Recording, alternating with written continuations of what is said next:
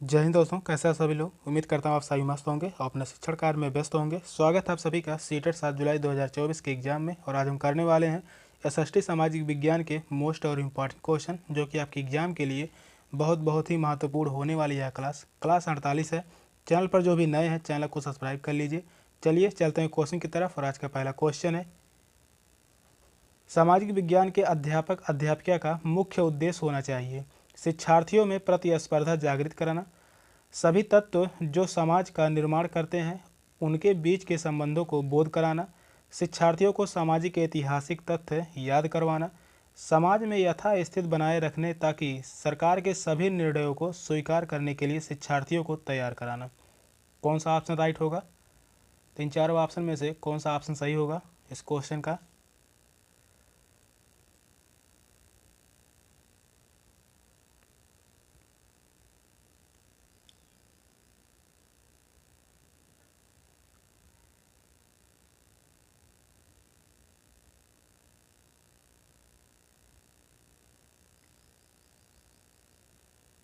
तो इस क्वेश्चन का राइट आंसर होगा ऑप्शन बी, सभी तत्व जो समाज का निर्माण करते हैं और उनके बीच के संबंधों का बोध कराना।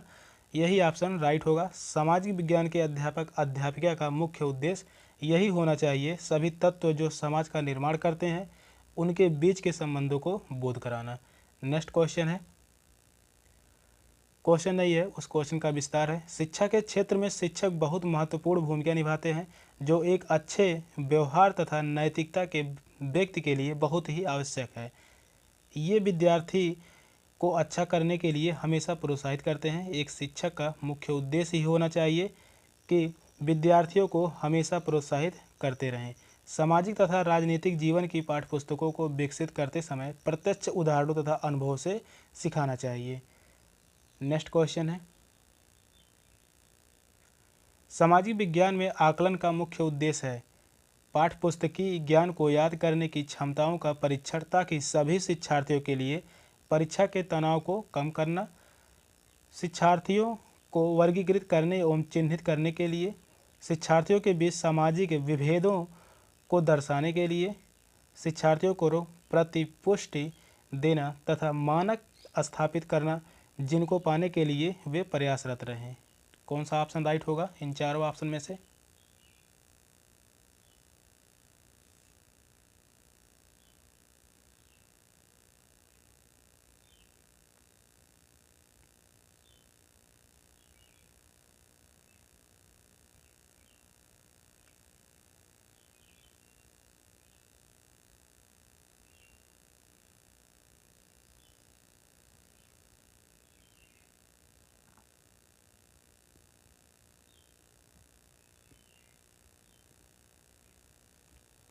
आकलन का मुख्य उद्देश्य है शिक्षार्थियों को प्रतिपुष्टि देना तथा मानक स्थापित करना जिनको पाने के लिए वे प्रयासरत रहें। इस क्वेश्चन का राइट आंसर होगा ऑप्शन डी। नेक्स्ट क्वेश्चन है, सामाजिक विज्ञान की कक्षा में फिल्मों को एक प्रभावी शैक्षणिक उपकरण के रूप में उपयोग किया जा सकता है, क्योंकि फिल्में कक्षा के भीतर बाहरी दुनिया को ला सकती हैं। फिल्में अनदेखे और अनसुने संदर्भों को खोजने की शक्ति से प्रेरित करते हैं। फिल्में ऐसी कहानियाँ, संवादों और छवियों को सामने लाती हैं जो जीवन में हमसे दूर हो सकती हैं। फिल्में एक वस्तुनिष्ठ माध्यम है जो छात्रों को एक ही तरीके से अपने विचार प्रस्तुत करने के लिए प्रोत्साहित कर सकती हैं। सही विकल्प का चयन करें। नीचे चारों ऑप्शन दिए गए हैं, कौन सा ऑप्शन सही होगा? तो इस क्वेश्चन का राइट आंसर क्या होगा?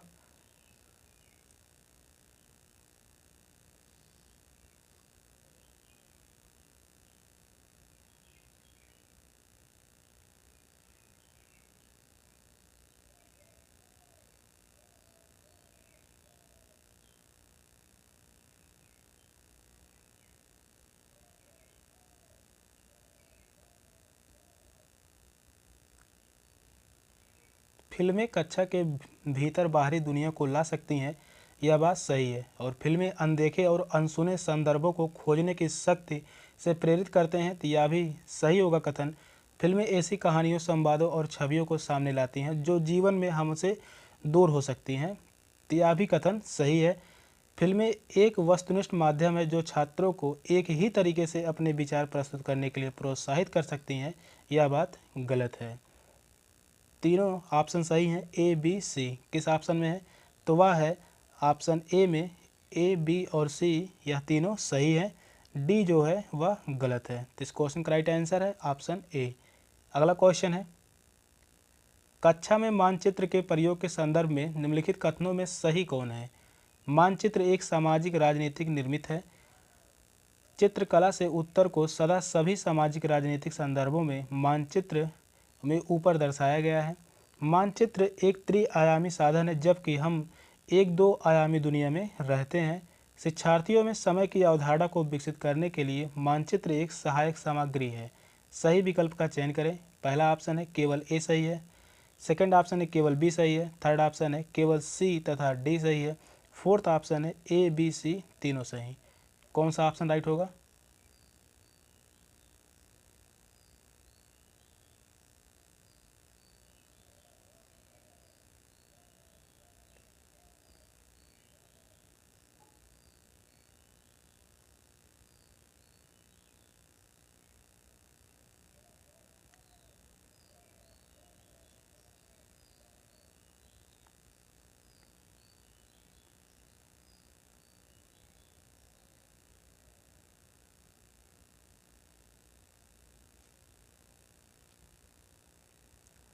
मानचित्र के प्रयोग के संदर्भ में कौन सा कथन सही है? पूछा है सही कथन कौन है। मानचित्र एक सामाजिक राजनीतिक निर्मित है, तो यह बात सही है।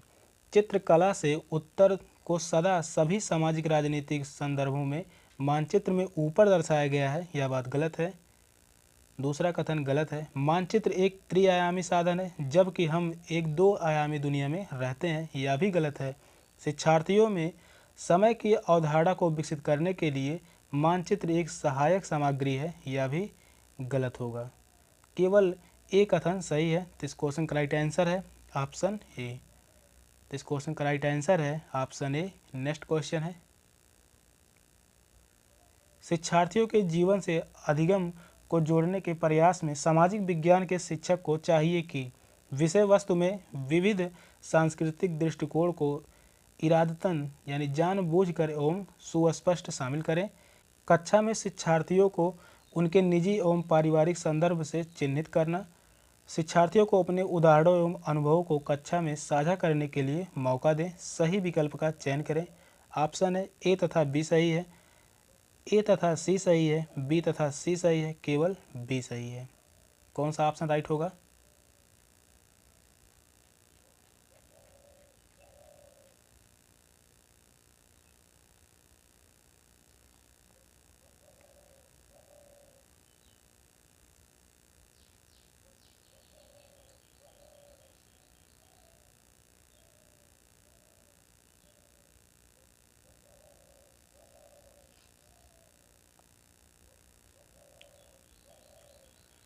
विषय वस्तु में विविध सांस्कृतिक दृष्टिकोण को इरादतन जानबूझकर एवं सुस्पष्ट शामिल करें, यह बात सही है।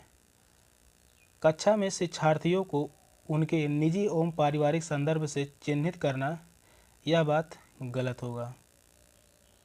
शिक्षार्थियों को अपने उदाहरणों एवं अनुभवों को कक्षा में साझा करने के लिए मौका दें, यह बात भी सही है।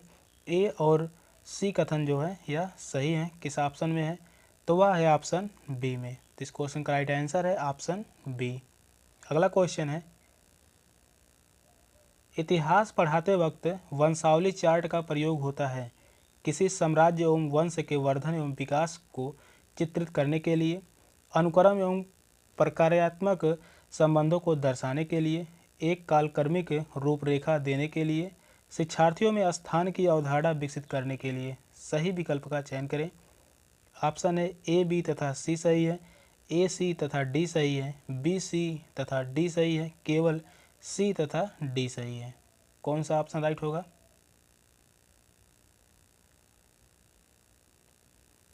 कथन के क्वेश्चन ज़्यादा करवा रहे हैं, क्योंकि कथन के ही क्वेश्चन अब ज़्यादातर पूछते हैं। आसान क्वेश्चन भी होते हैं। चलिए बताइए कौन सा ऑप्शन राइट होगा?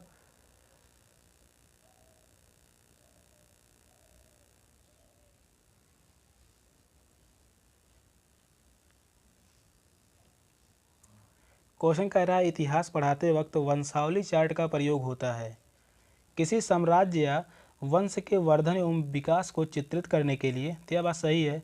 अनुक्रम एवं कार्यात्मक संबंधों को दर्शाने के लिए, यह भी सही है। एक कालक्रमिक रूपरेखा देने के लिए, यह भी सही है। और शिक्षार्थियों में स्थान की अवधारणा विकसित करने के लिए, यह बात गलत है। ए बी सी कथन जो है वह सही है और डी कथन गलत है।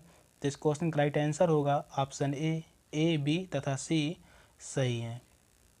तो इस क्वेश्चन का राइट आंसर है ऑप्शन ए। नेक्स्ट क्वेश्चन है, दृष्टिबाधित शिक्षार्थियों के साथ कार्य करते समय एक सामाजिक विज्ञान शिक्षक को किस प्रकार से शिक्षण अधिगम प्रक्रिया में अनुकूलन करना चाहिए। यथोचित विराम तथा पुनरावृत्ति के साथ स्पष्ट एवं उच्च आवाज़ में बोलना, विविध प्रकार के आकर्षक दृश्यों वाले कार्यपत्रों का प्रयोग करना, मौखिक संकेतों द्वारा कल्पना करने के अवसरों को उत्पन्न करना, कक्षा में चर्चा के दौरान टेक्सटाइल स्पर्श करने वाली सामग्रियों को शामिल करना। सही विकल्प का चयन करें। केवल ए तथा बी, केवल ए सी तथा डी, केवल बी, केवल बी सी तथा डी। कौन सा ऑप्शन राइट होगा? क्वेश्चन आसान है, कौन सा ऑप्शन सही होगा?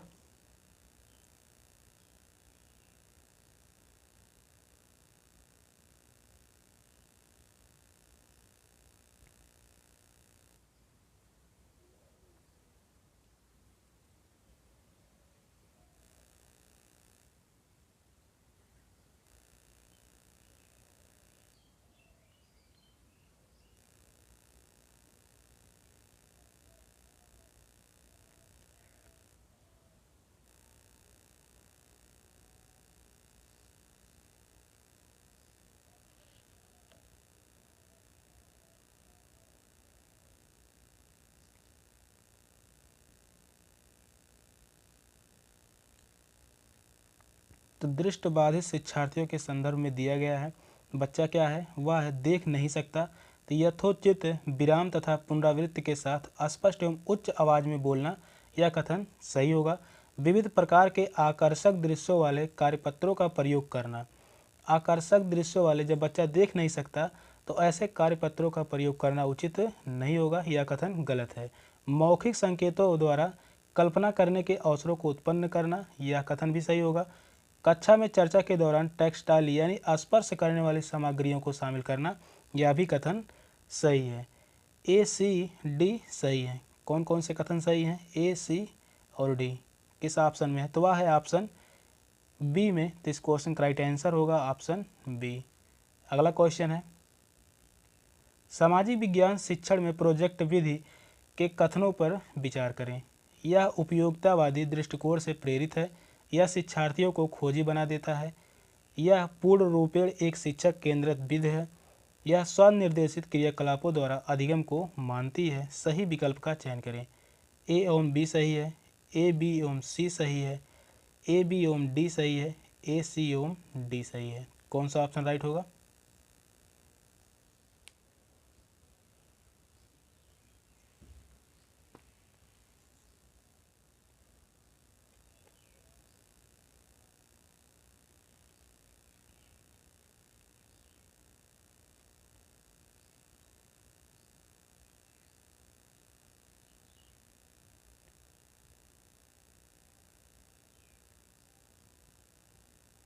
सामाजिक विज्ञान शिक्षण में प्रोजेक्ट विधि कथनों पर विचार करना है।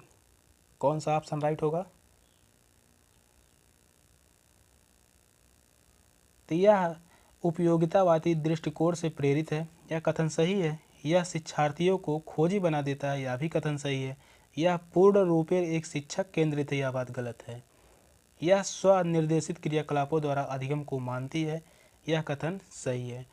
तीनों कथन सही हैं। ए बी सी और डी कथन जो है यह सही है। कौन कौन से कथन सही हैं? तो ए बी और डी। सी कथन जो है वह गलत है। तो इस क्वेश्चन का राइट आंसर होगा ऑप्शन सी। जॉन ड्यूवी के अनुसार प्रोजेक्ट पद्धति मानक शिक्षण विधियों में से एक है। यह एक उपयोगितावादी दृष्टिकोण से प्रेरित है जो शिक्षार्थियों को खोजी बना देता है।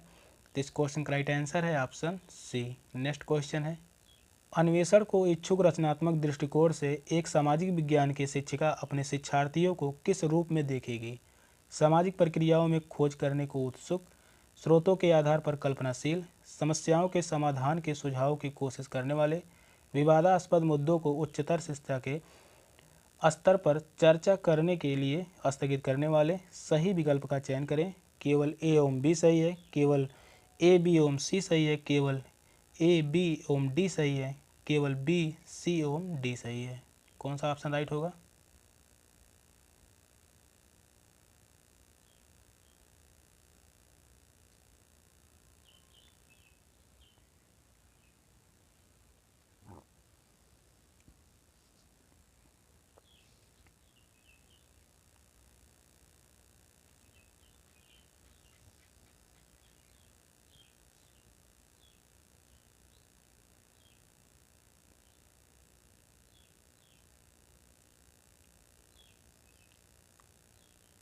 सामाजिक प्रक्रियाओं में खोज करने को उत्सुक, यह कथन सही है। स्रोतों के आधार पर कल्पनाशील, यह भी सही है। समस्याओं के समाधान में सुझाव की कोशिश करने वाले, यह भी सही है।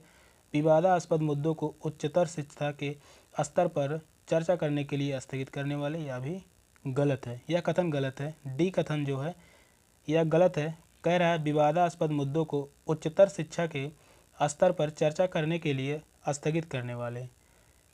केवल ए बी सी कथन जो है वह सही है। तो इस क्वेश्चन का राइट आंसर होगा ऑप्शन बी। तो इस क्वेश्चन का राइट आंसर है ऑप्शन बी।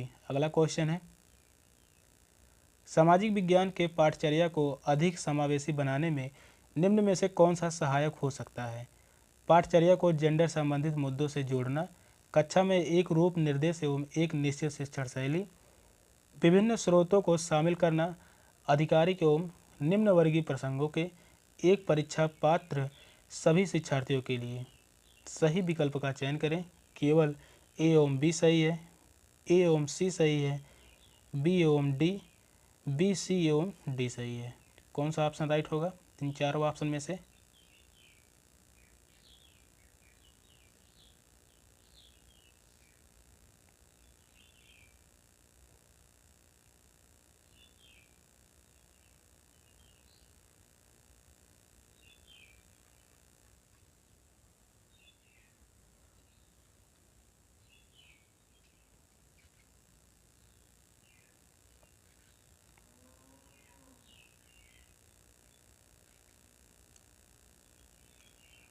पाठचर्या को जेंडर संबंधित मुद्दों से जोड़ना, यह कथन जो है सही होगा। और कक्षा में एक रूप निर्देश एवं एक निश्चित शिक्षण शैली, यह कथन गलत होगा। विभिन्न स्रोतों को शामिल करना, आधिकारिक एवं निम्न वर्गीय प्रसंगों के, यह सही बात है। एक परीक्षा पात्र सभी शिक्षार्थियों के लिए, यह बात गलत है। ए और सी कथन जो है वह सही है। किस ऑप्शन में है? तो वह है ऑप्शन बी में। तो इस क्वेश्चन का राइट आंसर है ऑप्शन बी। नेक्स्ट क्वेश्चन है, विद्यार्थियों को विवेचनात्मक होना क्यों सीखना चाहिए? कमियों को इंगित करने के लिए एवं लगभग सभी चीज़ों पर दोषदर्शी होने के लिए, समाज में यथास्थिति बनाए रखने के लिए, यह समझने के लिए कि मुद्दे उनकी खुद की जिंदगी से कैसे जुड़े हुए हैं, एक रूप समशील दृष्टिकोण की कद्र करने के लिए। कौन सा ऑप्शन राइट होगा? तीन चारों ऑप्शन में से कौन सा ऑप्शन सही है?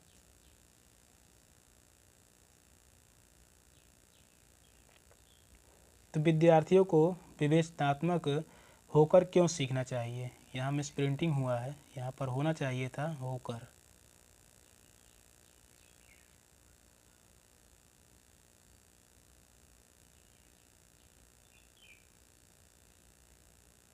तो विद्यार्थियों को विवेचनात्मक होकर क्यों सीखना चाहिए? तो यह समझने के लिए कि मुद्दे की उनकी खुद की ज़िंदगी से कैसे जुड़े हुए हैं। यह समझने के लिए कि मुद्दे उनकी खुद की ज़िंदगी से कैसे जुड़े हुए हैं। तो इस क्वेश्चन का राइट आंसर है ऑप्शन सी। नेक्स्ट क्वेश्चन है, निम्नलिखित उदाहरणों में से विविधता को दर्शाने वाले उदाहरण का चयन करें। सरोज को स्कूल जाने का मौका मिला जबकि निर्मला को स्कूल जाने का मौका नहीं मिला। एलन एक गरीब परिवार से वास्ता रखता है जबकि साइमन का परिवार बहुत अमीर है। रघु सुरेश को फुटबॉल की टीम में शामिल नहीं करना चाहता क्योंकि वह समाज के एक खास समुदाय से आता है। परितोष को बांग्ला अच्छी आती है, वहीं सुचेता हिंदी बोलती है। कौन सा ऑप्शन राइट होगा? तीन चारों ऑप्शन में से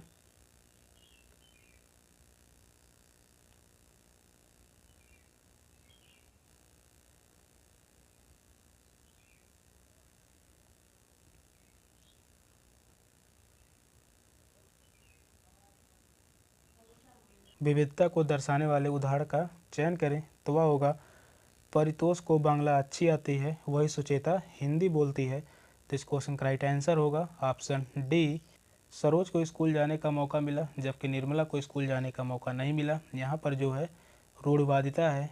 एलन एक गरीब परिवार से वास्ता रखता है, जबकि साइमन का परिवार बहुत अमीर है। यहाँ पर भी रूढ़वादिता है। और रघु सुरेश को फुटबॉल की टीम में शामिल नहीं करना चाहता, क्योंकि वह समाज के एक खास समुदाय से आता है। यहाँ पर भी रूढ़वादिता है। तो इस क्वेश्चन का राइट आंसर होगा ऑप्शन डी। नेक्स्ट क्वेश्चन है, एक स्कूल के सामाजिक विज्ञान के शैक्षणिक भ्रमण में जीरो बोमडिला, नामदफा राष्ट्रीय उद्यान, तवांग तथा शिलांग गांव को शामिल किया गया। किस माध्यम से विद्यार्थियों को आप भ्रमण किए गए दो राज्यों को इंगित करने को कहेंगे? मिजोरम एवं मेघालय एक मानचित्र पर, मणिपुर एवं सिक्किम का एक समय रेखा पर, अरुणाचल प्रदेश एवं मणिपुर एक मानचित्र पर, नागालैंड एवं त्रिपुरा एक समय रेखा पर। कौन सा ऑप्शन राइट होगा तीन चारों ऑप्शन में से?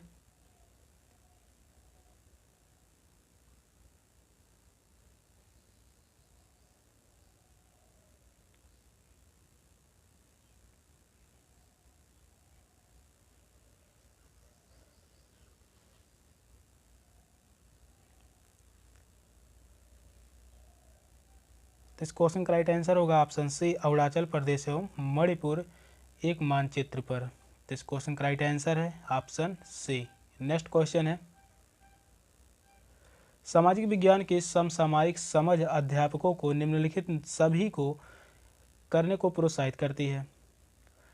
केवल इसको छोड़कर शिक्षार्थियों को दूसरे के स्थानीय अनुभवों को पढ़ने तथा स्वयं के अनुभव को खोजने के लिए, प्रश्नों के समान उत्तर देने के लिए शिक्षार्थियों को प्रोत्साहन देना, जिससे कि सभी बेहतर बन सके। शिक्षार्थियों को दिए गए विषय वस्तु पर प्रश्न बनाने की क्षमता के लिए प्रशंसा करना तथा उसे अधिगम की जांच के लिए वैध स्वीकारना। शिक्षार्थियों को कक्षा में विकसित ज्ञान को मूर्त परिस्थितियों में उपयोग करने के लिए अवसर देना। कौन सा ऑप्शन राइट होगा?